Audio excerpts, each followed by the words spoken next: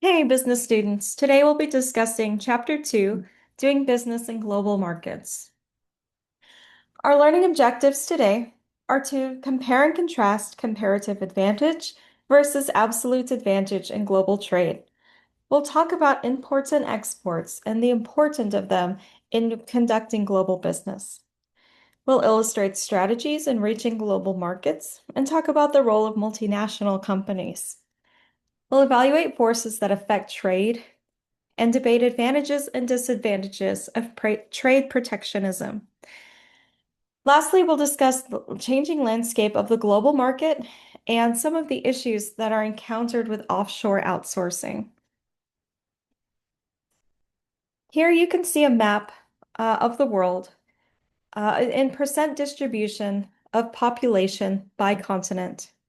On the map, you can see that 59.4% of the world's population resides in Asia, while only 7.6% live in North America. Looking at those individualized countries, the United States has the highest concentration of billionaires in the world, with counting 724 billionaires as of 2022 data when the textbook came out. China comes in second at 627 billionaires. When we compare these on the map as the countries with the continent's highest GDP, we can see that the standard of living is we can imagine that the standard of living is vastly different in Asia versus North America.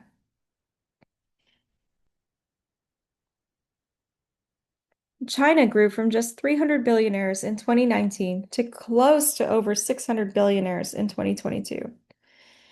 India was eighth on the list in 2019. Why do you think the United States has more billionaires than any other country in the world? Well, we could reason that perhaps the US has a larger population than some of the other countries on this list, such as Italy. But then it wouldn't pan out when we were talking about countries such as China and India, which have many times the net population of the US. One of the reasons the US has such a high concentration of billionaires is there's less regulation on businesses and wages and salaries are much higher. So, why trade with other nations? First, let's define free trade. Free trade is the movement of goods and services among nations without political or economic barriers. Free trade is meant to spur innovation and keep firms competitive on a global level. As we know, no nation can produce all of the products its people want and need. Some countries are abundant with natural resources, like Venezuela or the Democratic Republic of the Congo, and they may need or lack technological services from other countries. Think about technology in the 80s and how it almost exclusively came specifically from Japan. Global trade allows countries to produce what they make best and buy what they need from others. However, free trade is hotly debated, and now more than ever, with all of the political developments that have occurred since we've gotten a new president.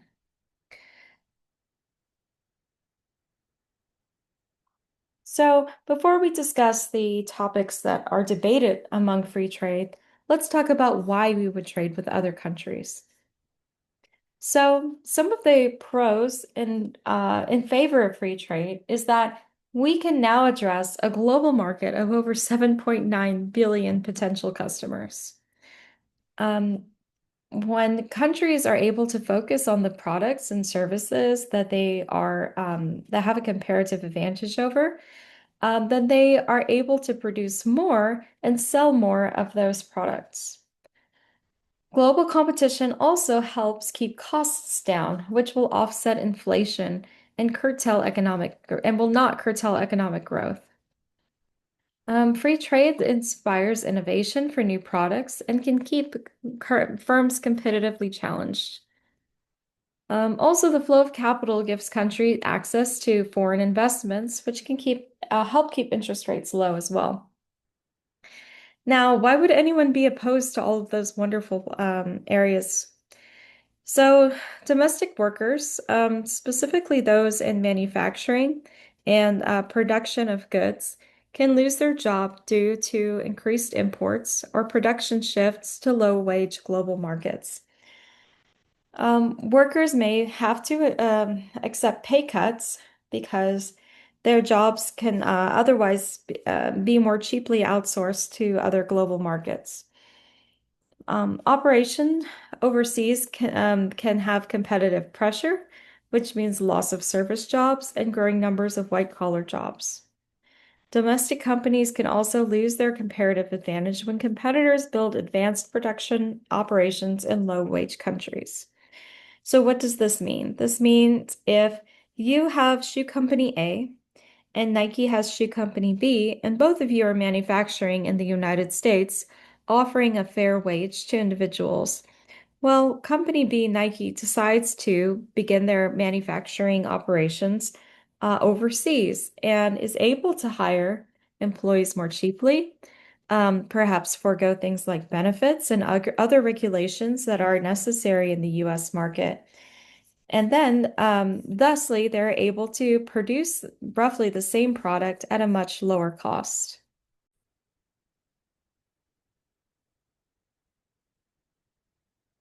So I used the word comparative advantage in the last slide.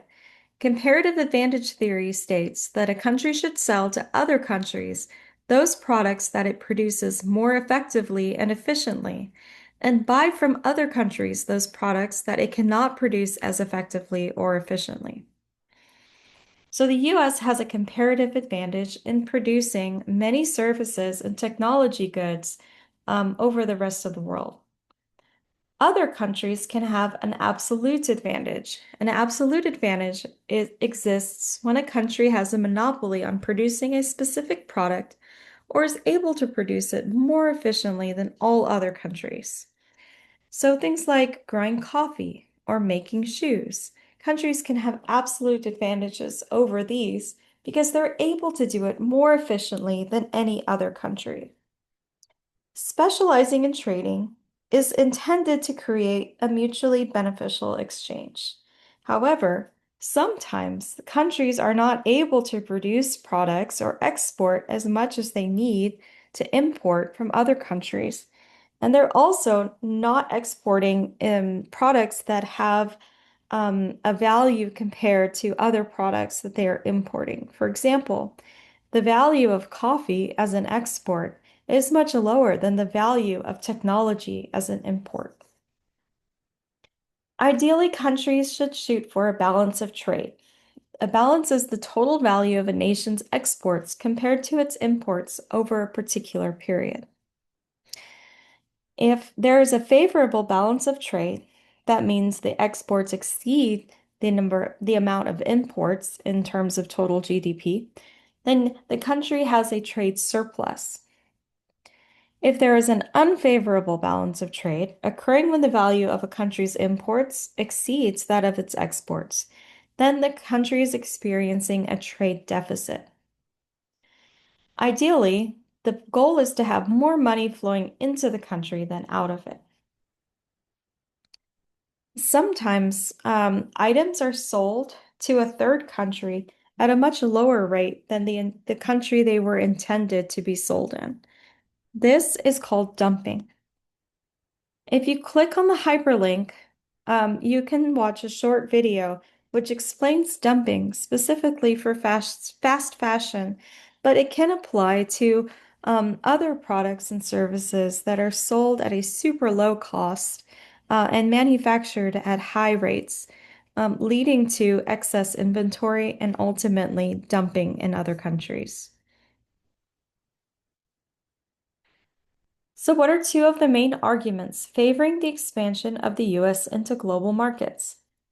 We discussed several, one of them being the entire global market of over 7.9 billion available customers. Another would be offsetting interest through foreign investments, offsetting inflation, excuse me, through foreign investments. What is comparative advantage, and what are some examples of this concept at work in the United States? So, comparative advantage again, is when a country can produce a product or service more effectively and efficiently than most other countries. So you can say the US has a comparative advantage over technology services. And Mexico, for example, would have a comparative advantage over producing bananas. So according to the um, comparative advantage, Mexico would want to sell its bananas to the United States and import technology services from the United States. Dumping in global trade, again, is selling products in a foreign country at a lower price than those charged in the producing country. All right. So, you've decided to expand your company internationally. There are a wide range of opportunities available. Everything from licensing, which has the least amount of involvement, control risk, and profit potential, all the way to foreign direct investment, which has a high and long-term amount of commitment, gives you the most control over the outcome, and also incurs the most risk and the most profit potential.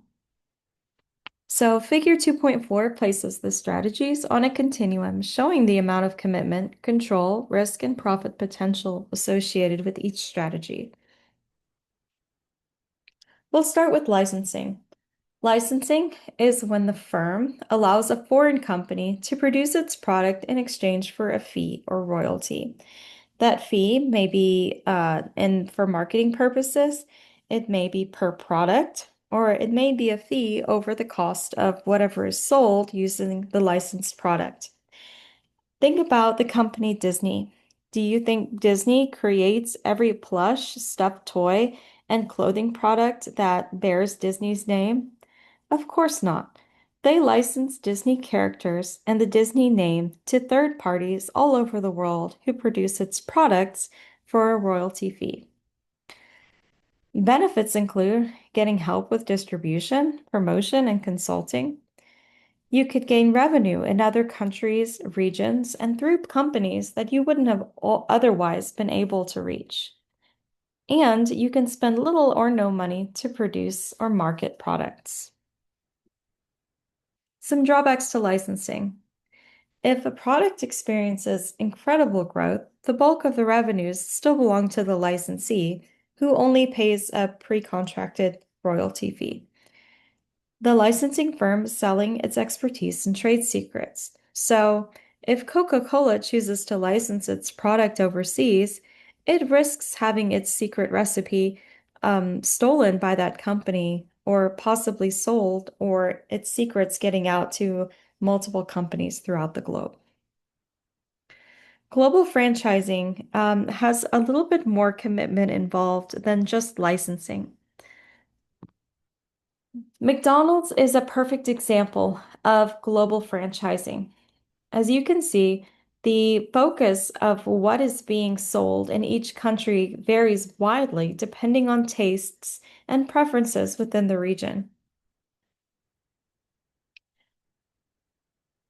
Franchisors need to tailor their product to the countries that they serve. For example, Domino's Pizza learned that preferred toppings for its products can vary from curry in India to squid and sweet mayonnaise in Japan. Now, the franchise has a lot of benefits in that there is a contractual agreement and the rights to use the business name and sell a product or service in a given territory is given to the franchisee. Much of the work is done by the franchisee, but they operate under the good name parameters and general overarching marketing that the franchisor provides. They also have a lot of business processes already mapped out for the franchisee, so they don't have to, quote unquote, reinvent the wheel to open another McDonald's, for example. International joint ventures and strategic alliances. Countries often mandate this as a condition of doing business with them. They can increase the company's footprint and global growth. They can also be used to join forces between countries. A joint venture is a partnership in which two or more companies join to undertake a major project. A strategic alliance is a long-term partnership between two or more companies established to help each company build competitive market advantages. For example, Toyota and Continental Automotive. They have a forecast parts manufacturing and quality controls that align with each other's company to ensure that they receive and deliver quality products that the consumer expects. These companies don't share costs, risks, management, or even profits, but they provide broad access to markets, capital, and technical expertise. Foreign direct investments. This is when a company purchases a permanent property and business entities in foreign nations. The most common form is a foreign subsidiary. It's owned in a foreign country by another company called the parent company. Primary advantage is that the parent company maintains complete control over its technology and its expertise. A primary disadvantage that it must commit funds and technologies within foreign boundaries. So it's no longer isolated to do financial transactions within the parent country. So what is a multinational corporation? They are companies that have manufacturing capacity or another physical presence in different nations. One example, the United States has been and remains a popular spot for foreign direct investment. Global automobile manufacturers like Volkswagen, Toyota, and Honda have spent millions of dollars building facilities in the United States. Would you consider Volkswagen, made at the company's plant in Chattanooga, Tennessee, to be an American car or a German car? Your answers may vary, but the Volkswagen is probably designed in Germany and manufactured in America, but the marketing could have either angle depending on its customer base.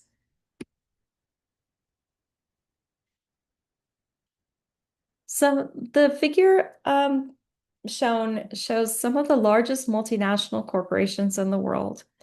I looked up 2025 statistics, and all of the top 10 are pretty much still around the top of the list. Amazon moved up a little bit, the Apple moved down a little bit, but these are still some of the main multinational corporations in the world. So, what are some of the advantages to a firm using licensing as a method of entry in a global market? What would be some of the disadvantages? As we talked about earlier with our graph on the spectrum, licensing involves the least amount of time commitment, risk, but also has the lowest end of associated profits.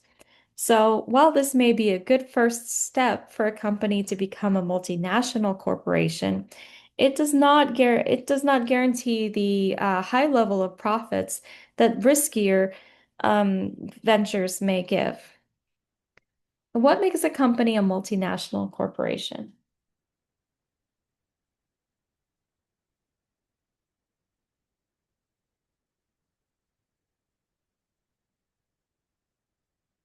Mm,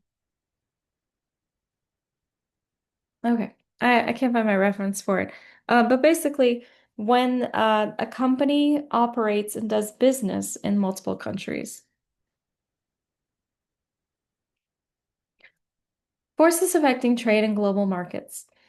So some socio-cultural forces may include social structures, religion, customs, values and attitudes, language, and personal communication. So it's important to understand the cultural differences in the country that you are looking to spread out to and have a global perspective. US business people are sometimes accused of ethnocentricity. Ethnocentricity is when a country, namely the US, thinks of themselves and their beliefs, customs, and values to be higher than that of any other country. However, foreign countries are generally good at adapting to the US culture.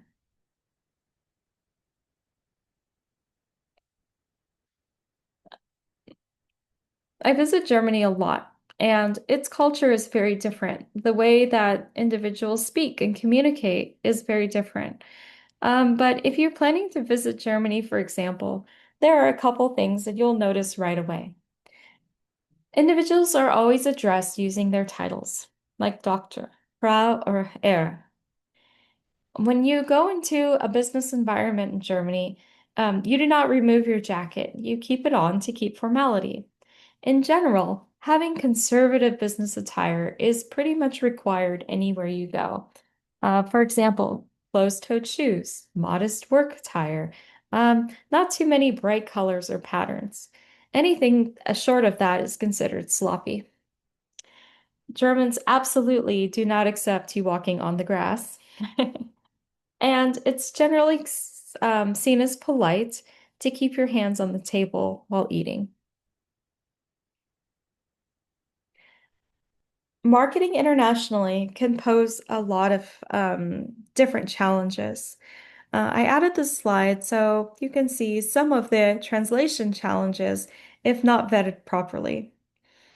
PepsiCo attempted a Chinese translation of "Come alive, you're in the Pepsi generation," that read to Chinese customers as "Pepsi brings your ancestors back from the dead."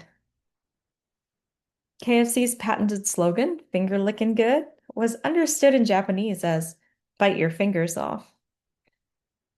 Coors Brewing Company put its slogan, "Turn it loose," into Spanish and found it translated as "suffer from diarrhea." I'll let you read the rest on your own. The exchange rate. So, when we are dealing with foreign entities, we must consider this exchange rate, the value of one nation's currency relative to currencies of other countries. So, if a US dollar is strengthening, it means it can buy more foreign currency than before. A strong dollar benefits Americans overseas because their one US American dollar can buy more in other countries. However, the disadvantage foreign tourists will be visiting the US will have because their currency would buy less. So if the dollar is up, that means that the trade exchange is beneficial when traveling to other countries. When the dollar trades for less in foreign currency, tourists often flock to the US cities to enjoy cheaper vacations and shopping trips.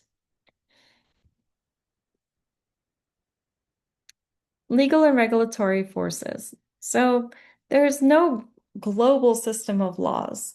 Some laws may be inconsistent. So when you are doing business in a foreign country, it is imperative that you must follow US laws when conducting global business, regardless of laws or potential permissions of the other country. So the Organization for Economic Cooperation and Development and Transparency International fight to end corruption and bribery in foreign markets and have had limited success. Some countries considered specifically high in corruption would be Somalia, South Sudan, Syria, Yemen, Venezuela, Sudan, and others. Some physical and environmental forces affecting trade in global markets will be the lack of transportation and storage systems that make international distribution potentially very difficult or sometimes impossible. I was watching a video one time in I think it was Brazil, and in the remote area where they were, it took them an hour to walk over rocky climate in order to get a gallon of milk. These issues are compounded by different countries' lack of clean water, lack of sewer systems, and high volume of air pollution, specifically within cities. Often technological capabilities are far from those in the US. So when you're branching out to other countries, make sure that you expect and are prepared for these challenges. Those in favor of protectionism believes it allows domestic products to survive, grow, and produce jobs. Some countries use it belief because they are wary of foreign competition. One type of trade protectionism is comes in the form of tariffs. Tariffs are basically taxes on imports, making imported goods more expensive. This can come in one of two forms, either a fixed fee based on the volume or frequency of goods coming into the US, or ad valorem, which is based on a percentage of the imported value. You may have heard a lot about Trump's tariffs in the past several months. This chart shows the most recent tariff rates by country for some of our top importers. As you can see, China is currently at a 30% rate. India was just given a 50% tariff a few days ago. And some countries like Switzerland and Brazil have very high tariff rates as well. The share of the U.S. import is shows Mexico as the highest, while they are having a 25% tariff rate currently executed, although it has been delayed for a couple of months now, 1 month at a time. Donald Trump's tariffs are not based on the cost of goods, but are instead a percentage of the imported product's declared value. And this is determined by different formulas and trade policies. The formula he used is in the notes section if you are interested in looking into that further. Some workers believe that too many U.S. jobs have been lost due to the growing number of imported products.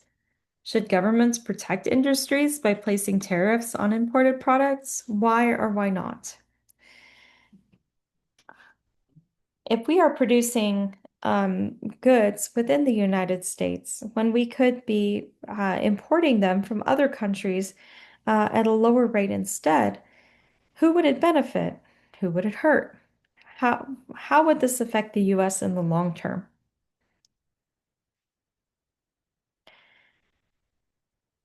All right, another type of trade protectionism is in the form of import quotas.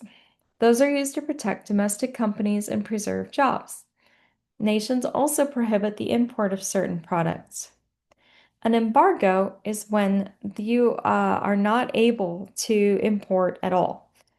So it's a complete ban of the import or export of a certain product, or the stopping of all trade within a particular country. So the US has comprehensive, near total trade embargoes on Cuba, Iran, North Korea, and Syria, which prohibit most US person trade and financial transactions without a specific license.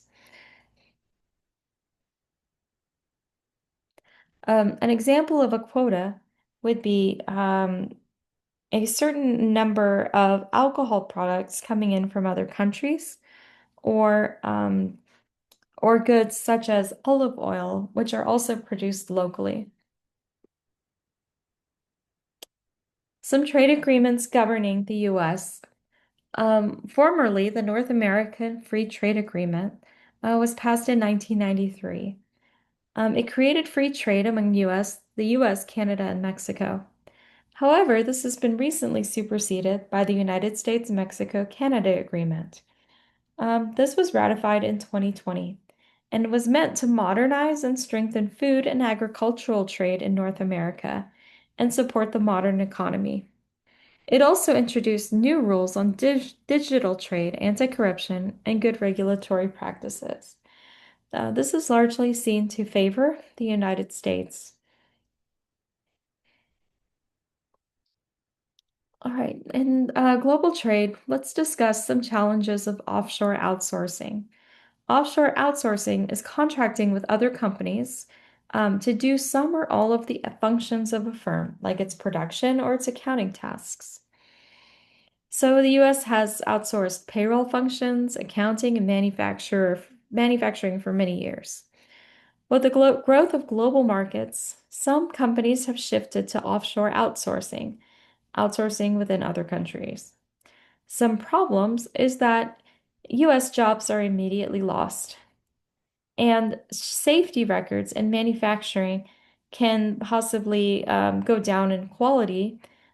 Safety can go down in frequency, and the overall quality of the product itself, as well as distribution, can become a challenge.